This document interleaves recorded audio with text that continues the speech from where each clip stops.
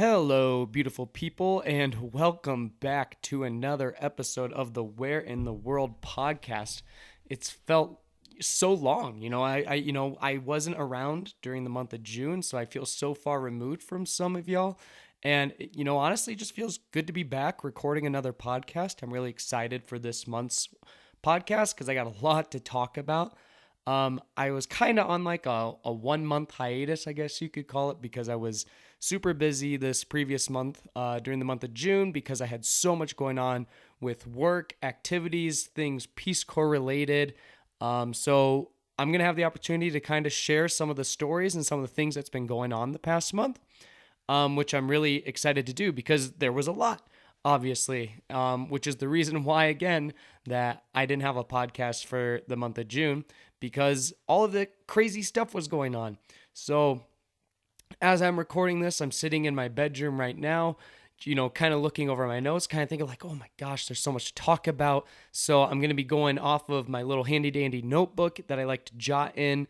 Got all my notes ready to go. There's so much to talk about.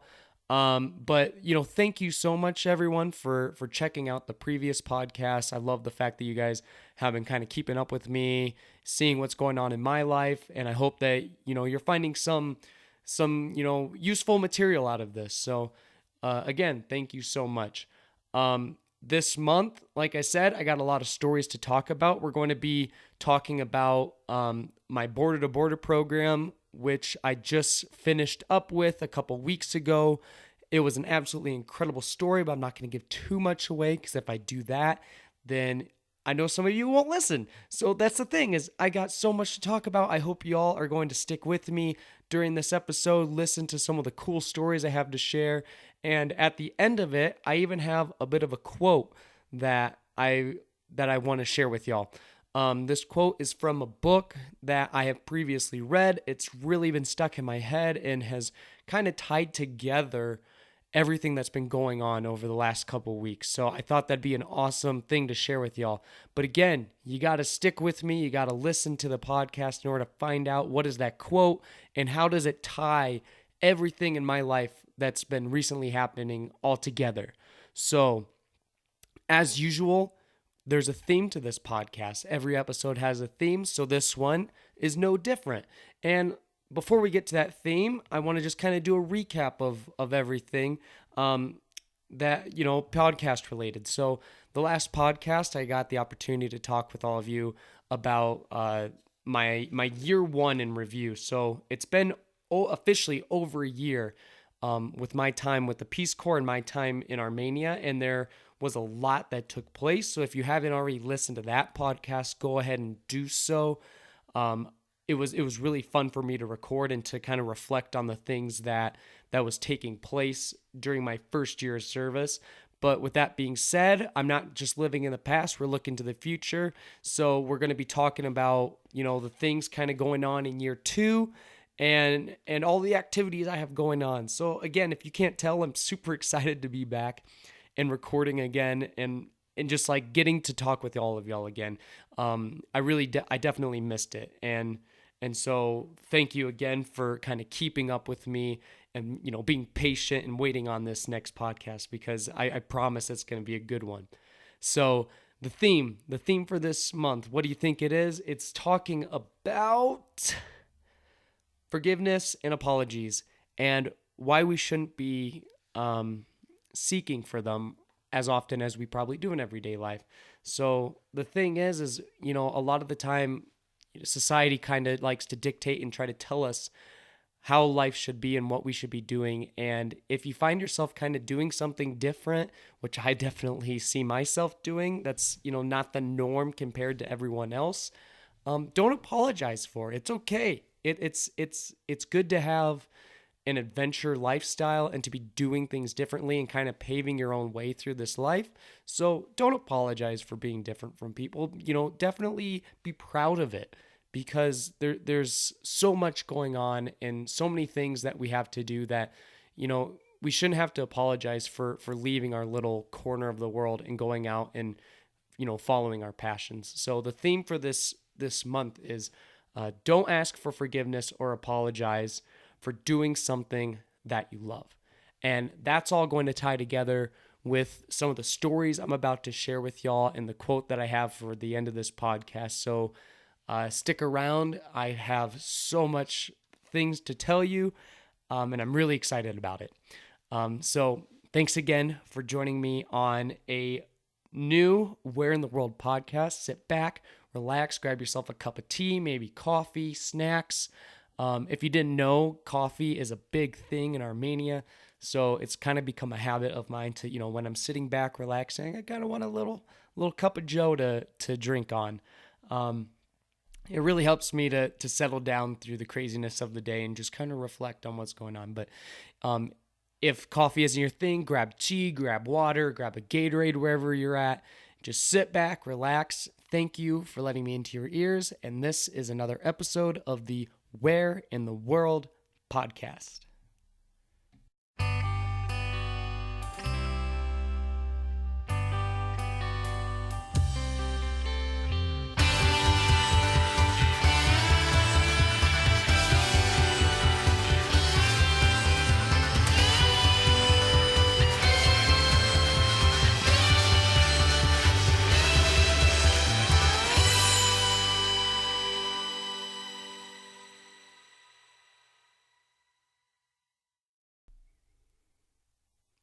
All right. So for this month, I'm so excited because I have the opportunity to share a couple stories from the previous month and the things that I had going on during the Peace Corps Border to Border program here in Armenia. And if you don't know what that is, if you haven't listened to previous podcasts and heard me talk a little bit about it, I'll give a little bit of an overview of what Border to Border is. So Border to Border, or as we like to call it here, B2B, is a hiking and education program that's put on by a group of volunteers every year here in Peace Corps Armenia.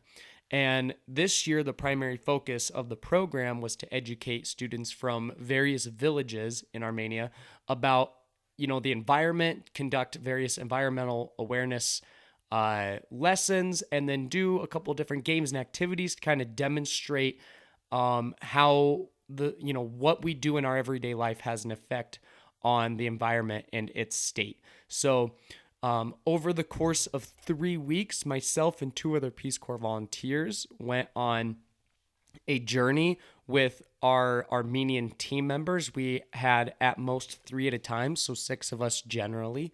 But we went out, we hiked on a prepared route of mine throughout the central part of the country, stopping in 10 different communities along the way and teaching students from those areas about the environment. And one of the biggest components on our side is that from each community, we're walking. So that in itself can present a lot of different challenges and things to overcome because, there's days where we're really going after some of the distances. We're either having to go through different mountain ranges, battle the heat that is definitely here and well alive in Armenia during the summer months.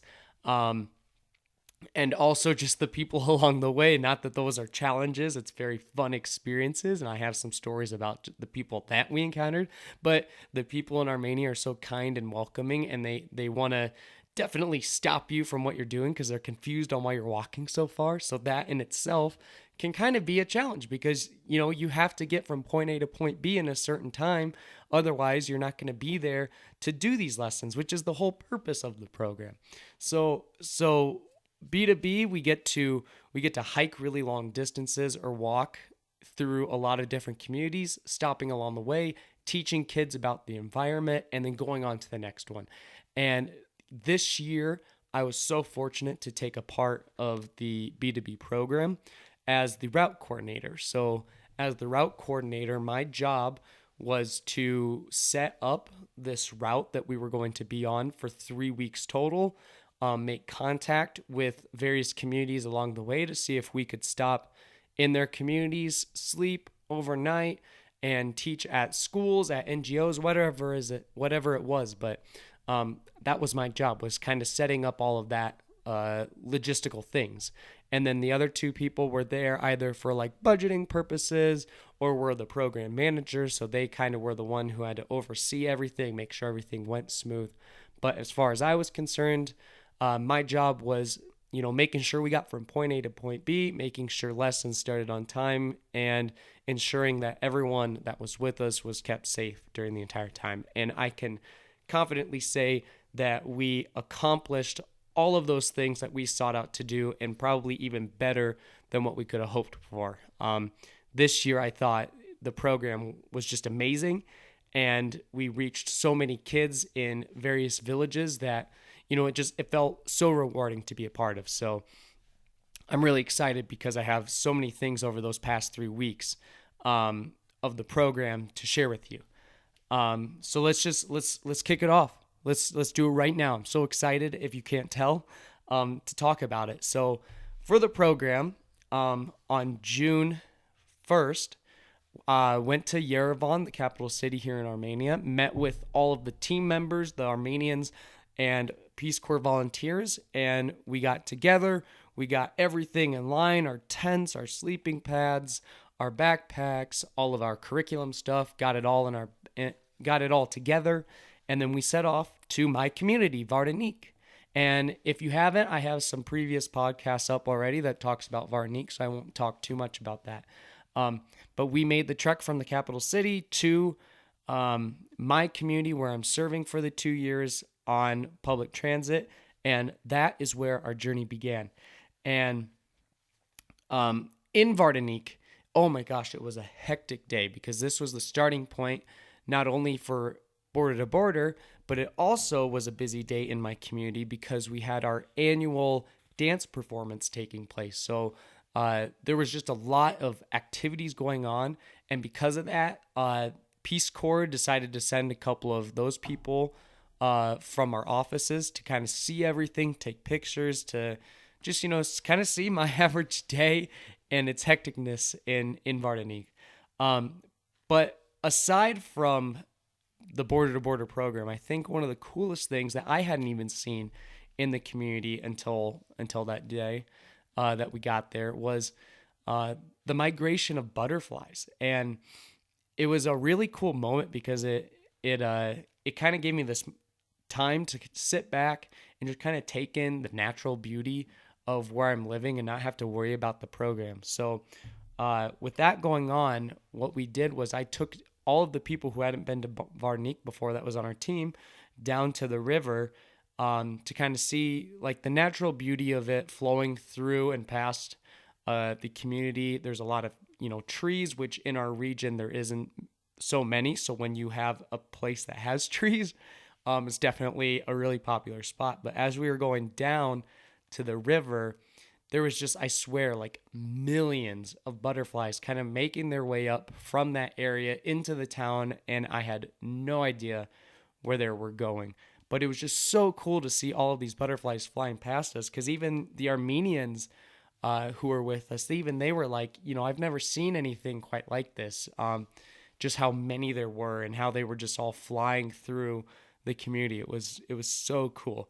And I should make a side note that if you're watching this on YouTube, I will be posting videos as I'm talking about some of these stories. That way you can kind of get an idea of what I'm talking about. If not, I won't be referring to the videos, so don't worry, because I don't want to take away that experience for those of you who don't have the opportunity to see what's going on. So I'm just going to talk, and as I'm talking on the screen, there should be some videos kind of demonstrating what's going on. But that might, again, like in Vardanik, the migration of those butterflies, it was so cool. It was so cool to see it.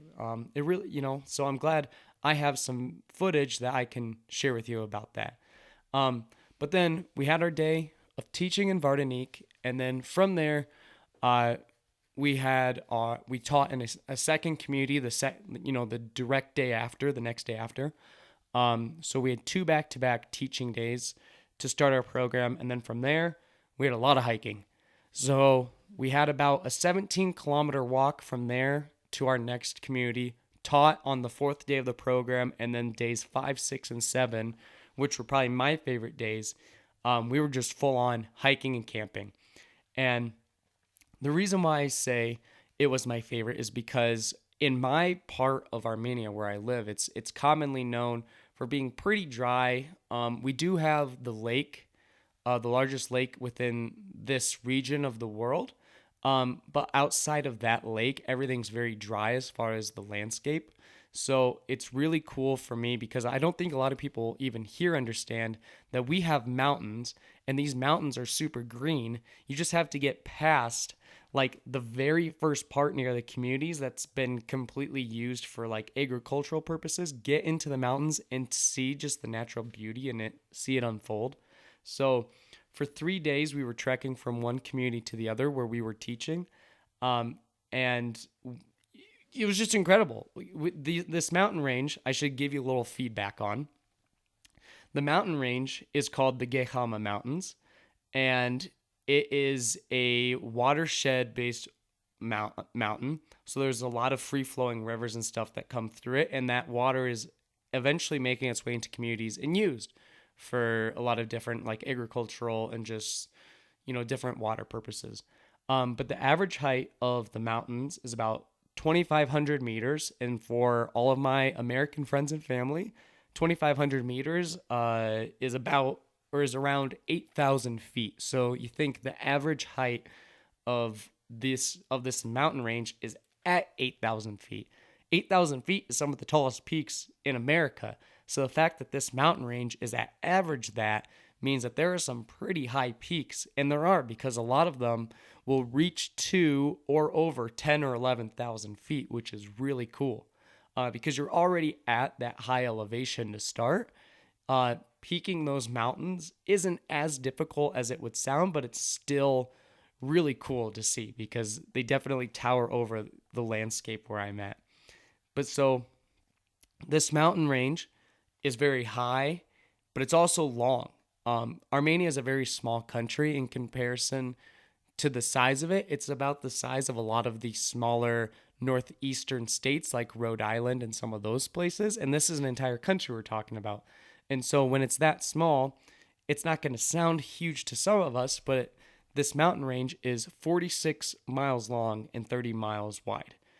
So it takes over a good portion of the central part of the country. So there's no people inhabiting it other than some of the shepherds who take their herds up into the mountains to feed and to graze during the warmer summer months. But so that is the largest mountain range in Armenia, and it's also home to some of the tallest mountains in Armenia. But I think the thing that I love the most about it is those mountains are actually inactive volcanoes. They're completely extinct, but because they're extinct, they have created a lot of these cool like crater lakes. So as you're walking through the mountain range, there's these beautiful lakes that have formed from the rainfall, and the water just, finds its way into the volcano and it just sits there. And it's so pretty to see. There was one night when we were hiking that we ended up getting to one of these lakes and decided to make camp there for the night, even though it was kind of early. But it was so stinking beautiful. We're like, we got to take advantage of this. We got to set up camp and just, take in the moment. And before it's nightfall, just be able to like really enjoy it. But it was funny because it was probably a good thing that we did that because not long after there was a really, really cool thunderstorm that started to roll in, and it brought some pretty heavy rain. Now, I was lucky. My friend and I were lucky because I had brought my own tent from back home, and this tent is absolutely amazing. I bought it from REI. I think it's called the Passage 2 tent, so I guess this is my little spiel on tents. If you're looking for a lightweight tent that is totally water resistant and you want to be cozy, I would definitely recommend the REI Passage tent. It served me so well over the 3 weeks. But as for some of the Armenian volunteers and other people, they didn't have such good tents. They got some of these cheaper tents that were of a Russian brand bought here in Armenia.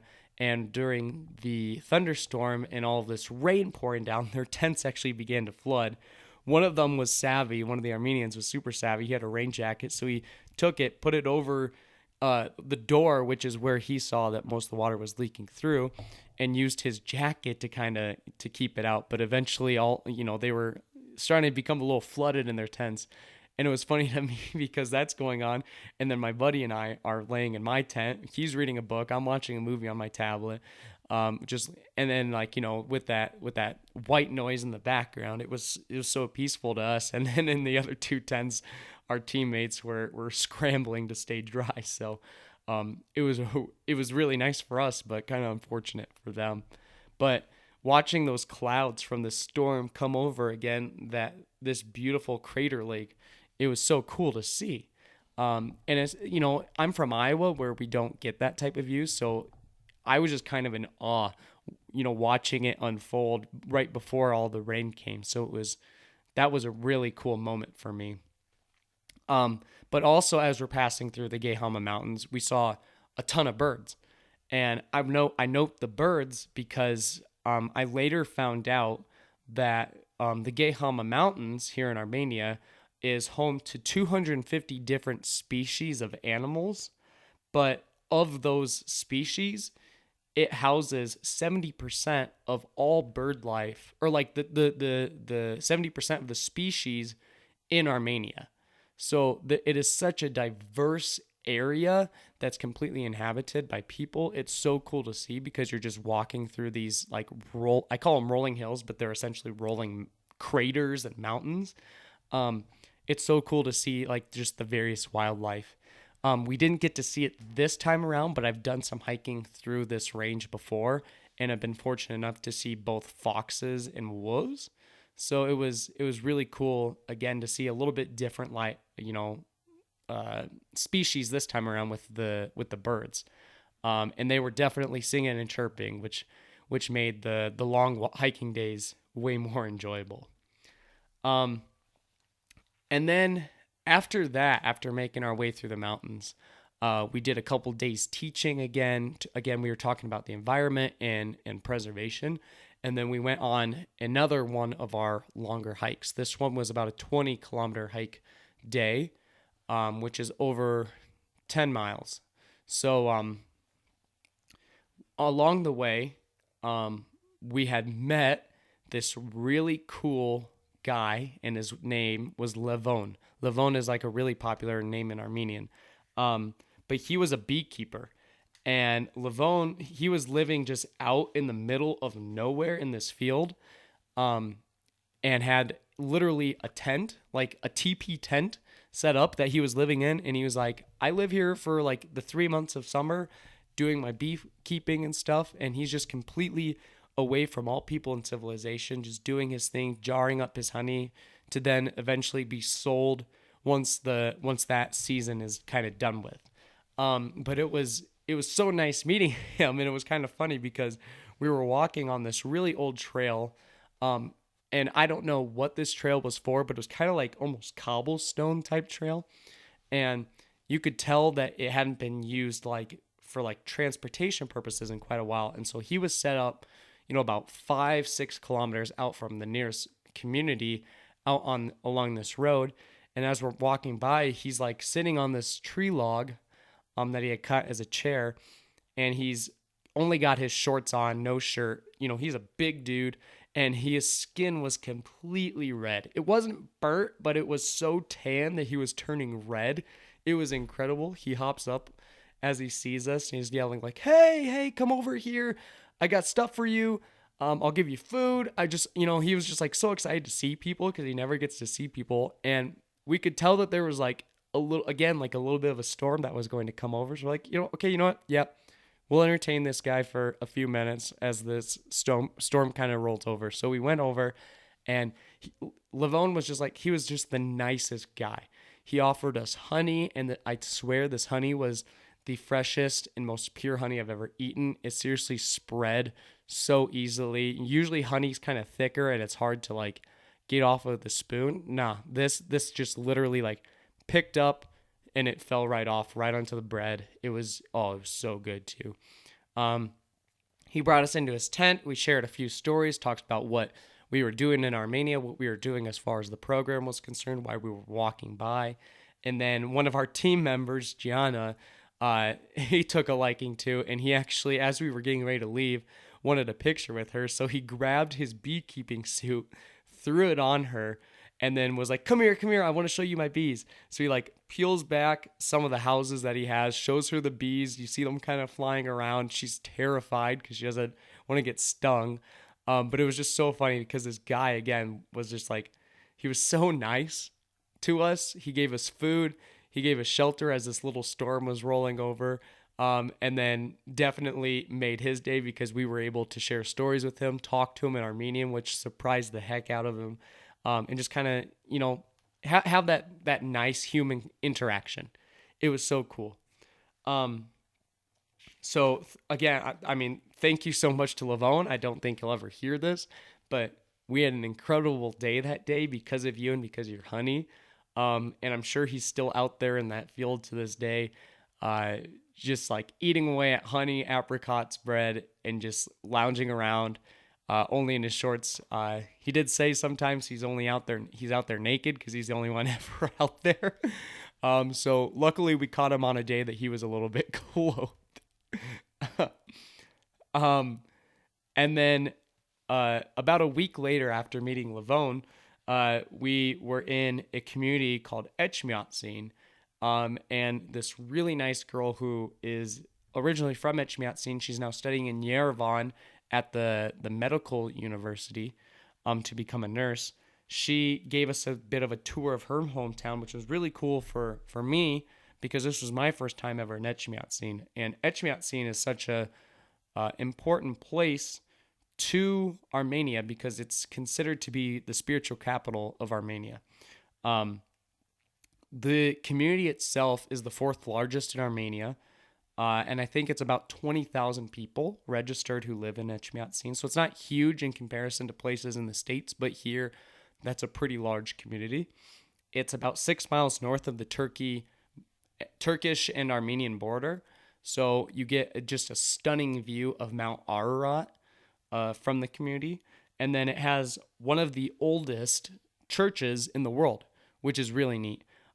It's going under some long-term preservation reservation things right now. So there was a lot of scaffolding around it, but it's considered to be maybe like the second oldest church in the world. For those of you who didn't know, Armenia was the first country to adopt Christianity as its official religion. And there were a lot of churches that were built during the early years of Armenia. And so this church, which is called the Mother Cathedral of Holy Etchmiadzin, was built or recorded being built in 301 AD. So you got to think like 301 AD, that's 1700 years old in the first country that was ever known to have Christianity as its official religion. So really, really cool to see kind of like that. But I think the coolest thing about our time in Etchmiadzin was at the end of that day, Lilit was so excited because she's been practicing her English and she loved speaking it with us. And she was so thankful that we had brought this program to her community that she had invited one of her friends over. And her friend is a amazing guitarist and she loves to sing. So she put on kind of a little concert for us in this courtyard where we had taught earlier in the day. And it was really fun because she had also been working on and practicing her English. So she was singing a lot of songs that were familiar to us, but also some traditional Armenian songs. It was just a really fun day, kind of a cultural sharing moment where we were all able to just sit back, relax, and listen to music, which is all something that we enjoyed. So I was super thankful for Lilit and her friend for doing that for us. But overall, I really haven't talked much about the B2B program as far as the teaching aspect of it, because I'm actually going to be creating a bit of a short film that I have from all of the footage that I collected during those 3 weeks. But the reason in this podcast why I haven't talked much about that aspect of the program is because, yeah, that's one aspect of it, but for me, like the people that we met along the way and these amazing experiences and stories that they gave us for lifelong memories, it was so cool. So like to Lavone, Lilit, and all of the other people that we had met and interacted with along the way. I just have to say thank you to you guys, because you made our hiking and border to border experience, so much more fruitful and meaningful. It was so great just to meet some genuinely nice people along the way and make our experience that much better. So the program ended on the 22nd, and after that we had some trainings until the 26th. So I had made my way back after that to my community for the first time in 3 weeks, and my counterpart wasn't too happy with me because of that. So he was kind of giving me the silent treatment there for a while. We had a huge tea festival in Vardanique, which I will talk about on a later podcast. But he was kind of giving me, like I said, that silent treatment, wasn't very happy, pulled me aside, was like, "Matt, I can't believe you left me for 3 weeks. Like, we had so much work to do and you've been gone, not doing things for our community." And that interaction made me feel bad for a moment, because he's like, "You know what? Yeah, you're right, dude, because I hadn't been in Vardanique for 3 weeks. I've been walking around, enjoying my time in your country, doing this program that I was super passionate about, but I get it." But in that interaction, it reminded me of this quote that I had read in a book. And the book is called The Promise of a Pencil. And if you haven't ever read this book, it doesn't matter if you're into education, it doesn't matter if you're into travel. It's just honestly a really good read. And I think anyone could get into it. It's written by this guy, Adam Braun, who is a semester at sea alum. And when I read his book, there was always one quote that really stuck out to me. And it just like seriously came back in a flash of a second after having this interaction with my counterpart, saying how he was kind of disappointed in me for not being around. And I wanted to share this quote with y'all because it had so much of a meaning on me. I think it might have a bit of an impact on some of you guys. So the quote from the book reads this: "Make the little decisions with your head and the big ones with your heart. Do that and you'll be just fine." Now, the reason why I bring this quote up again was because I had this interaction with my counterpart. He was kind of mad at me for a while. Everything's good now. We've cleared it over. But again, what was going on in my mind is like, look, I was doing something I was passionate about. I'm doing this program. I'm helping people from your country, and you're kind of mad at me because I wasn't there doing it in our community directly. But then I remembered, I don't have to apologize for doing something that I enjoy, and neither should any of us. If you have a passion, if you have something that you want to go for or something that you want to do, and you're doing it and you're doing it successfully and people are trying to make you feel bad about it, don't let them. Don't apologize, and don't let that have an effect on you, because if you're doing something that you're passionate about, you shouldn't have to ask for forgiveness or apologize when it comes to doing it, because that's your life. That's how you want to live it. Border to Border at the time was where my focus and my passion and dedication was toward. So, and I had all these great experiences, as I just shared with some of you. So there was no way in heck I was going to apologize for it, because it had such a great impression on my life and gave me, again, these like amazing things to remember. So, again, that quote was, "Make the little decisions with your head and the big ones with your heart. Do that and you'll be just fine." And that is from the book Promise of a Pencil. In context, that the quote comes from Adam Braun, the guy who wrote the book and is telling it from his perspective. He's having this interaction with this bigwig from a advertisement company, and he was giving him so much advice and things to consider when working on his nonprofit, the Pencils of Promise. And this conversation was taking place over phone, and the guy who he was talking with could kind of tell his hesitation and franticness, and just was like, "Hey, step back for a moment. I know like maybe you haven't heard some of the things that I'm telling you right now, but none of that matters. As long as you're doing what you're passionate about, you believe in it, and you're making those decisions from your heart, everything's going to work out and it's going to be just fine." So that kind of like summed up my previous month, because I had this incredible experience with Border to Border, hiking around and meeting incredible people. And then I come back to my community. I get to take part in this tea festival. my counterpart isn't so happy. But then, I remember, what, it doesn't really matter because that's part of what this experience is supposed to be about. It's supposed to be a growing opportunity and for me to do things that I'm passionate about. So, Border to Border and Peace Corps definitely gave me that opportunity to do it.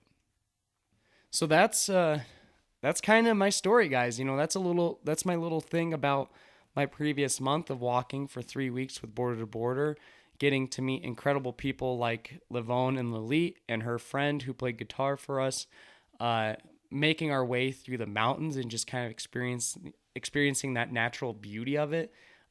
It was just an incredible time. I hope for those of you who had the opportunity to see some of the videos from it, I hope you enjoyed it. And I hope those of you who are just straight listening, I hope you kind of got a good picture of what it was like and how it had a great impact on me. So that was an amazing way for me to kick off my year 2 here in Armenia, and to kind of snowball from that.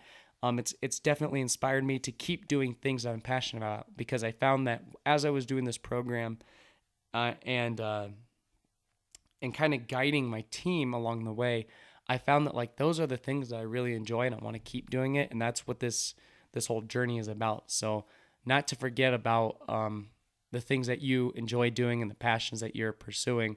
Don't let those take a sidetrack, because that can be your main focal point in life, and that can be the work that you want to do. It's just people trying to tell you that it can't, and society trying to dictate how you do it. So don't let that happen. And again, like, kind of follow the theme for the month. Don't ask for forgiveness and don't apologize for pursuing those things that you enjoy, because you only have this one life to live, and you shouldn't have to apologize for making it the best and the most memorable that it can be. So that's kind of my word of the wise to all of you. But yeah, that brings me to an end of just an incredible month. Thank you so much for all of you for taking the time to listen to this story. I hope this has had some positive impact on you, and going forward, those of you who have been thinking about that thing that you want to do, but you don't know if you can, just do it. Just kind of go for it, and don't make an apology for trying to do it or doing it successfully, because, again, that's your decision. That's your life. So go after those passions that you have and make the most of them. So yeah, thank you. Thank you again for listening. I had a really fun time talking about all of it. I stumbled over my words a little bit, but that's just kind of how my brain works. So thank you for getting through that with me. But yeah, I'm back and up. We're running again. This is again the podcast for July, so I'm going to be back in August. I'm going to be back in September, and then I'm going to be back the next couple months after that. So expect some consistent content to come your way again. And then, as I mentioned just very briefly before, I am working on a video from my Border to Border experience. So hopefully, for those of you who have taken an interest in the program, I will have an opportunity to kind of share with you, the natural side of it and also the teaching aspect of it. So I'm really, really excited to do so. So that wraps us up again for this month. Thanks for listening. I hope you enjoyed that cup of coffee or tea or whatever you grabbed as you were listening. Maybe you were driving down the road, you didn't have a chance, but next time grab your favorite beverage and sit back and relax and listen to a Where in the World podcast. Again, I'm Matt. Thank you, and I'll see you next month.